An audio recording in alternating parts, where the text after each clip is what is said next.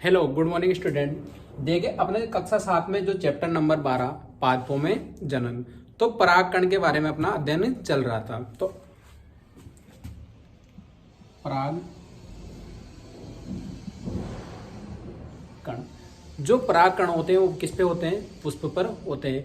तो ये जो पराग कण होते हैं वो किससे? सुरक्षात्मक आवरण होता है। जो पराग कण के जो चारों ओर होता है वो क्या होता है? सुरक्षात्मक आवरण होता है, जो इन्हें सूखने से क्या करता है? लगातार बचाता है।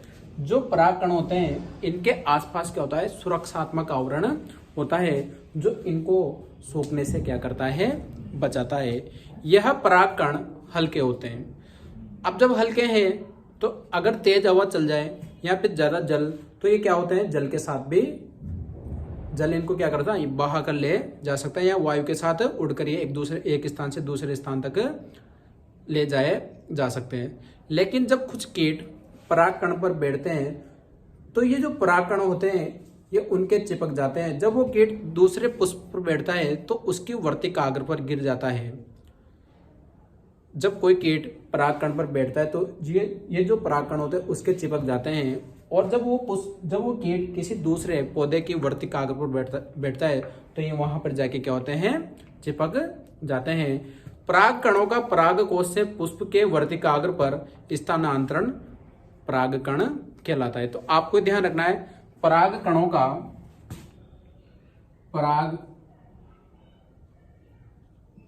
का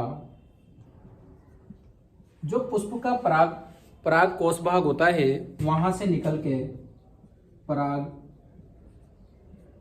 कोष से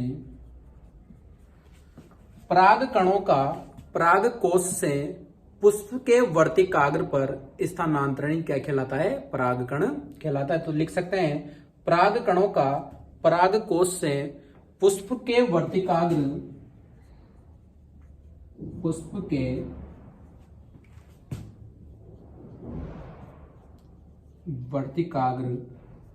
जो पुष्प होता है, जिस पर जो वर्तिकाग्र भाग होता है उस पर स्थानांतरणी परागकण कहलाता है।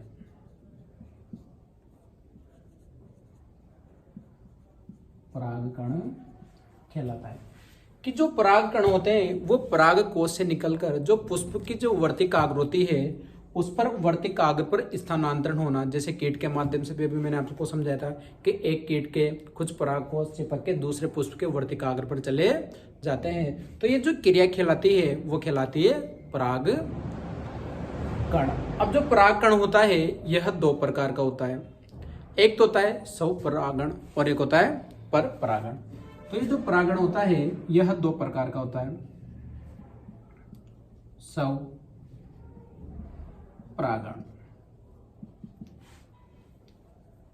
और एक होता है पर परागण। जैसा कि नाम से पता चल रहा है, स्वयं का परागण, तो इसमें लिख सकते हैं कि यदि परागण उसी पुष्प के वर्तिकाग्र पर गिरते हैं तो वो कहलाता है स्वपरागण।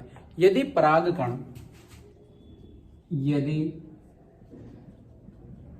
परागकण उसी पुष्प के जो वर्तिकाग्र वाला भाग होता है, वर्तिकाग्र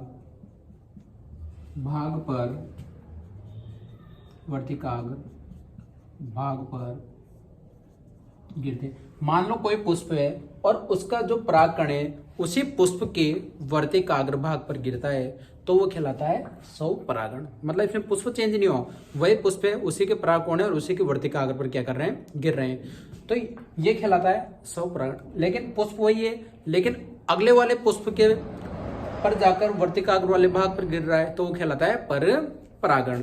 तो स्वपरागण की परिभाषा में आपको यह ध्यान रखना है कि यदि परागकण उसी पुष्प के वर्तिकाग्र भाग पर गिरते हैं तो उसे स्वपरागण के नाम से जाना जाता है। उसके बाद लिखेंगे पर परागण।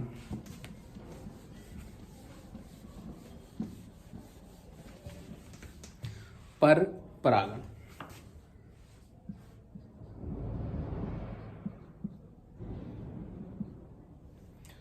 इसमें पुष्प के परागकण उसी पादप के किसी अन्य पुष्प के वर्तिकाग्र पर गिरते हैं तो उसे क्या कहा जाता है? पर परागण कहा जाता है। तो पुष्प के परागकण, कौन से कण? परागकण उसी पादप के परागकण उसी पादप के अन्य वर्तिकाग्र या अन्य पुष्प के वर्तिकाग्र पर गिरते हैं। उसी पादप के अन्य पुष्प के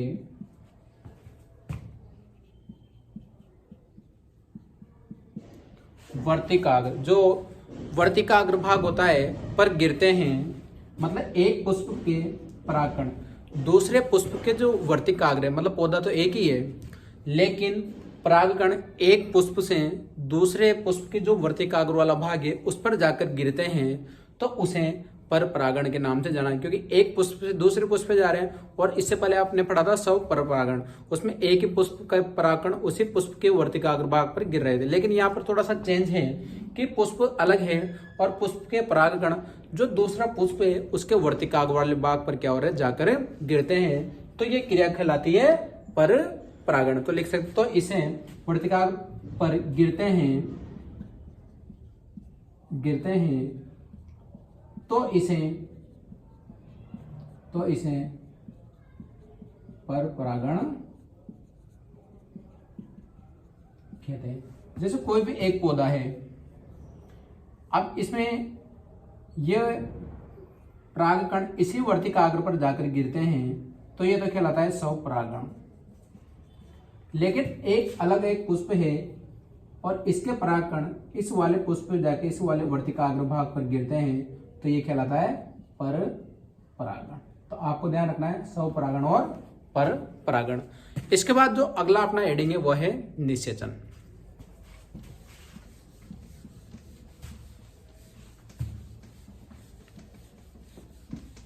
निषेचन के लिए नर और मादा युग्मक का होना आवश्यक है। नर और मादा युग्मक मिलकर सबसे पहले युग्मनज का निर्माण करते हैं। तो निषेचन के लिए एक तो नर युग्मक और एक मादा युग्मक, नर युग्मक तथा मादा युग्मक मिलकर सबसे पहले युग्मनज का निर्माण करते हैं। नर युग्मक तथा मादा युग्मक मिलकर किसका निर्माण करते हैं? युग्मनज का निर्माण करते हैं। युग्मनज बनाने के लिए नर और मादा युग्मकों के युग्मनज का प्रक्रम निषेचन कहलाता है। तो अगर आपको निषेचन की परिभाषा पूछे तो आपको इसमें लिखना है कि नर युग्मनज बनाने के लिए नर और मादा युग्मकों के युग्मनन का प्रक्रम क्या कहलाता है? निषेचन कहलाता है। और युग्मनज किसमें विकसित होता है? भ्रूण में विकसित होता है। तो निषेचन की परिभाषा अपन लिख सकते हैं, युग्मनज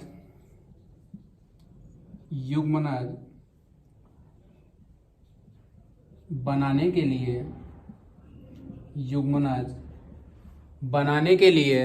नर और मादा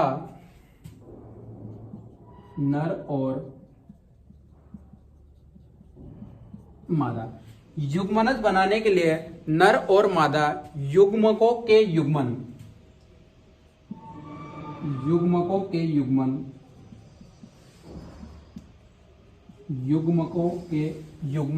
का प्रक्रम ही निषेचन कहलाता है। निषेचन के लिए एक तो नर युग्मक और मादा युग्मक का होना जरूरी है। अब युग्मनज बनाना है तो नर और मादा युग्मकों के युग्मन का प्रक्रम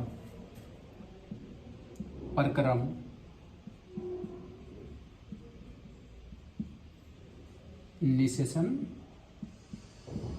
कहलाता है। तो सबसे पहले, और जो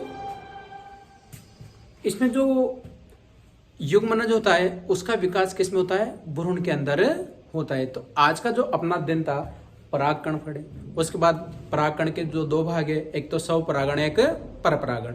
उसके बाद निषेचन में आपने अध्ययन किया नर युग्मक और मादा युग्मक कैसे मिलकर एक युग्मनज का निर्माण करते हैं। अब इसकी अगर आपको परिभाषा देखनी है तो युग्मनज बनाने के लिए नर और मादा युग्मकों के युग्मन का प्रक्रम ही क्या कहलाता है?